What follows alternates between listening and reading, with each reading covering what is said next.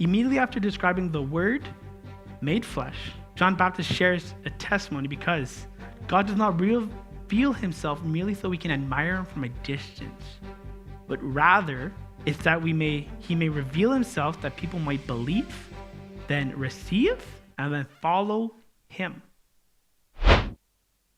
Your life is a reflection of what you love. What's the reflection you see? People tried to place John in a category they could understand. They asked him, "Are you the Christ?" He's like, "Nope." "Are you Elijah?" "Nope." "Are you a prophet?" "Not even close." He refused to have it anchored on him. He's like, "I'm not the focus here." He says in John 1:23, "I am the voice of one crying out in the wilderness, make straight the way of the Lord." Now the scribes are really, I'm curious what they were thinking back in the day, because that's literally the exact wording Isaiah used. So I'm like, did you guys really know what you thought you knew? I don't know. I'm still wondering today. But John understood his purpose was to prepare people for Christ. The irony is that many became so focused on the signs and wonders, they missed who the signs are pointing to. The prophets? Check. The law? Check. The temple? Check. The sacrifices? Check. Even John. They still question John.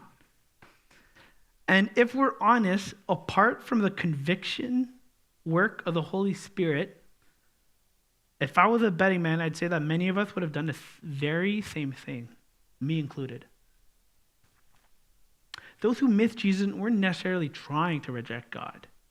They were truly convinced that they were right and they knew the same scriptures that we know. They held their convictions. They're like, I'm an expert after all. I know what I'm doing. It's like if in our day, actually, I'm going to share a story about school. So one of my teachers, very smart man, knows 7 languages. It's like his other people are bragging for him. He's that kind of guy. And he just said into our class once, he was saying, I don't really blame the Pharisees. He's like, if ever Jesus came today in our day and age, he'd say, like, who are you? Where's your PhD? Like, where'd you get this note? Like, are you looking at one of the sources that I know, or are you just making this stuff up? And that really humbles us,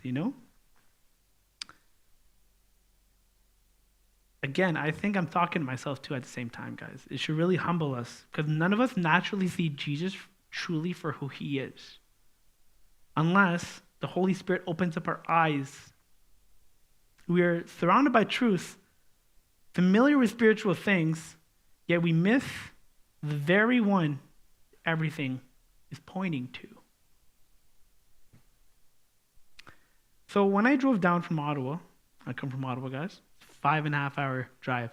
Now, I was awestruck by the beauty of creation. I'm I'm driving through these open fields as far as I can see. I am like filled with a bunch of trees everywhere, rock cuts on the road, and a bunch of lakes. I was like, wow, this is nice. This is way better than going to Toronto. Now, like I said, but imagine being so distracted by the scenery that you stopped paying attention to the road signs. I could miss a gas station. I could miss a warning sign, or worse, I could miss a brake light. That wouldn't be pretty, huh? I missed a warning, and now I'm in trouble. I don't even know it until it's too late. Now, road signs are important, but nobody reaches their destination by stopping at the signs. The signs point to something greater than them. In the same way, the prophets, the law, the temple, even John the Baptist, they all pointed to Christ. Yet many became fascinated with signs and missed the destination. I think there's one passage that says after that Jesus gave them all food, he fed the many. People came and they're like, you just come to me because you want something out of me. Imagine the guy that got rejected by the own people he created, not being rejected again because they're not getting what they want out of him. You're just using someone at that point. And I wonder sometimes if we do the exact same thing where we're using God to get what we want, like a vending machine in the sky, rather than knowing who we're talking to. Actually knowing him. actually having funny stories like you heard earlier, where it is personal, and my loving Father was picking on me. This was amazing, by the way. It was not funny in the time, but it's funny now. Now, the same question is present today. Are we settling for signs and wonders rather than our relationship with Christ? Are we satisfied with our religious activity, biblical knowledge, spiritual experiences, or pedigrees, content with unanswered prayers, and unfazed by the fact we barely know the one we're talking to?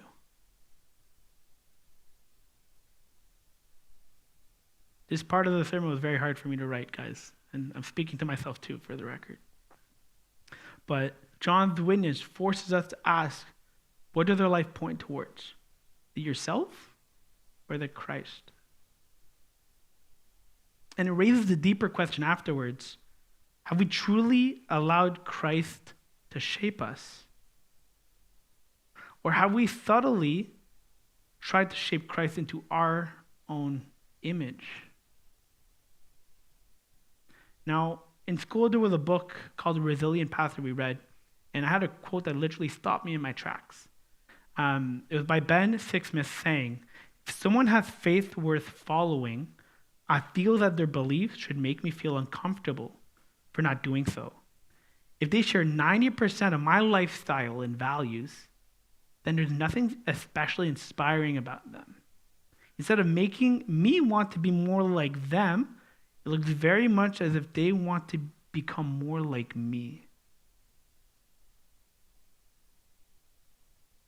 That should break your heart. Because truly speaking, that feels like the reality most of the time. A faith that never challenges me is not transforming me. If Jesus is only 10% different from me, I haven't found the biblical Jesus. I may have remade him in my own image, rather than being made in his image and then formed to his image.